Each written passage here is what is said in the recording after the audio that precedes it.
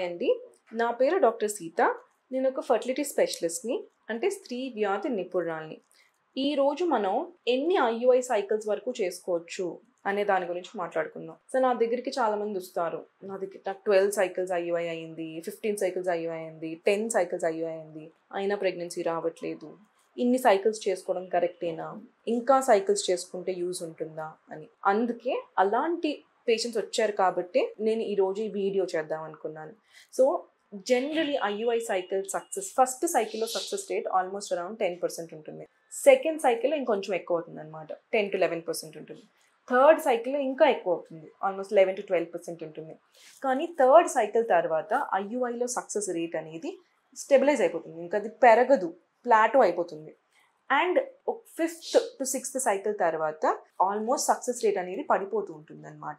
So maximum ఒక 4 to 6 cycles వరకు IUI చేసుకోవచ్చు.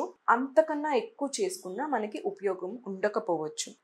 ఐయుఐలో మనకి ప్రెగ్నెన్సీ రావట్లేదు అంటే ఇంకేదైనా పెద్ద ప్రాబ్లం ఉందేమో లోపల. ఐయుఐలో జనరల్గా ఉండే సక్సెస్ రేటే around 10 to 15%.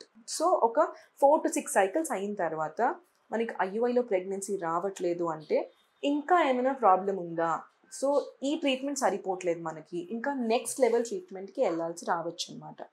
So 12 cycles, 15 cycles, అన్ని సైకిల్స్ ఐయుఐకి వెళ్ళడంలో ఉపయోగం లేదు.